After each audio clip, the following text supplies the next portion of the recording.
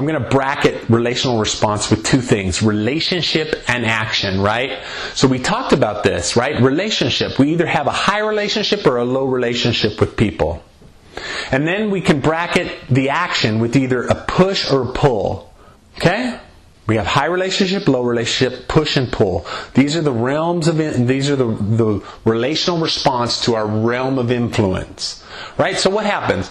If we have a situation where we have a push relationship with low relationship, in other words, you just meet a guy on the train and you tell him, hey, you need to buy my widget.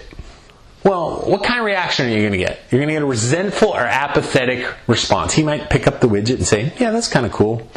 But how dare you? I'm trying to get prepped for work. I'm on my commute, and you're going to sit here and push a widget on me? I don't even know who you are.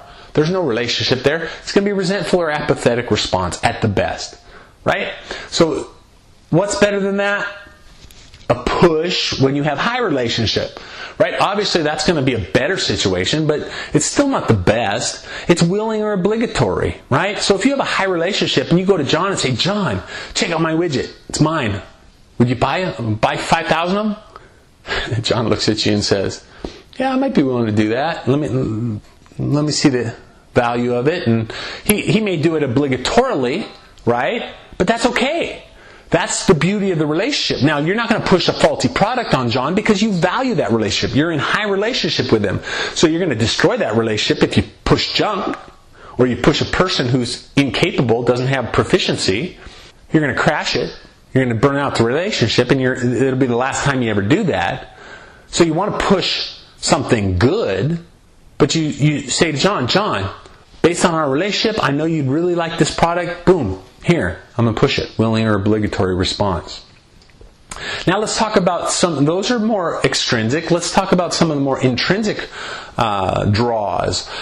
So if you have a low relationship, but it's a pull response, right? Maybe you don't even have a relationship at all. You know what this is like? This is like sitting on the airplane, right? And the guys in first class are talking and you're in that first bulkhead seat and they're talking about a stock, and all of a sudden you have zero relationship with those guys. Very low relationship, if any at all. But you're listening to them talk and you're drawn in because you hear the one say to the other, hey man, I just bought ABC stock, and ABC stock, man, I tripled my money. And all of a sudden the guy next to him says, really? Well, I bought AB stock 6 months before you, and I've quadrupled my money. See what's happening? Low relationship, but high pull. You're being drawn in. You're interested, but you're apprehensive. You don't know these guys, right? So when you create pull around a church plant or a soup kitchen, a product, whatever it is that you're creating pull around, you can draw people in that you don't even know. Low relationship. They're going to be interested. They might be apprehensive, but if your product's good, if the person's good, if the process, the system, the service is good, you're going to draw them in and you're going to gain them as a customer, as a resource. And then the creme de la creme is the high relationship pull. You're going to have an engaged and enthusiastic response because they're going to want to get involved. You have a high relationship and then you've created that pull response. It's huge. Not that, this is just a very generic meter I want to go over with you, because the ideal situation, especially in human relational dynamics, is a good balance between extrinsic and intrinsic motivators to get somebody to do something. And so what I would say to you is that while this is a very general response, it kind of gives you a breakdown of where these come in on that. Your resentful or apathetic, that is your low relationship push, is going to have to be extrinsically motivated. There's no relationship there, so they're going to have to want to buy your widget for a reason. So it's purely extrinsic, not the best situation to be in. Then you've got your willing or obligatory quadrant 1. It's a push, but there's high relationship there. So there's some, it's getting a little more balance between intrinsic motivators and extrinsic motivators. A little bit healthier response, but not a whole lot. Then you've got, on the other end of the spectrum, you've got your low relationship pull, that interested but apprehensive fourth quadrant.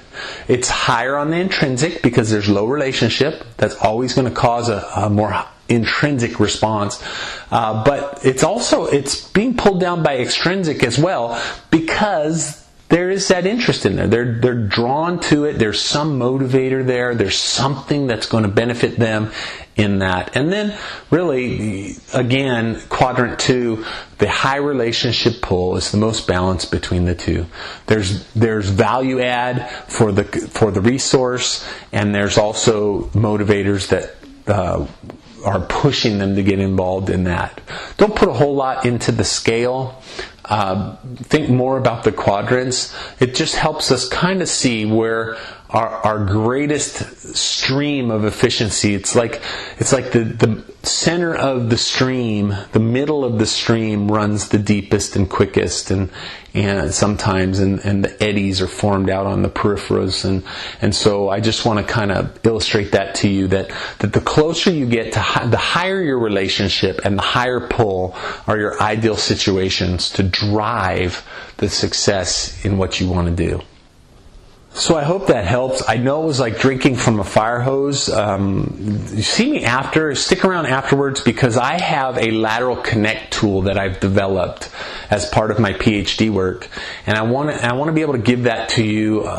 Basically what it does is, I call it a relational domain exercise, and it helps you to specify a resource, define whether they're push or pull, then lets you define the method of how you're going to go out and get that resource, what skill sets they have that can help, or what abilities they have to drive product sales or help people, what their interests are that you'll be able to later lateral connect with other customers, other resources to form that nuclear relationship situation. So it's called my relational domain exercise. See me after today. I'll gladly give you that. It's a worksheet that, like I said, I created as part of my PhD, and I think you'll find it useful. So I'm going to wind this down.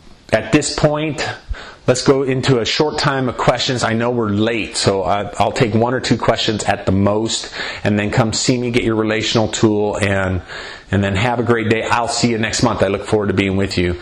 Invite a friend. Let's get more attendance here, because I think you'll agree with me. It's good stuff, and we want to get this out there. So God bless. Take care. Have a great day.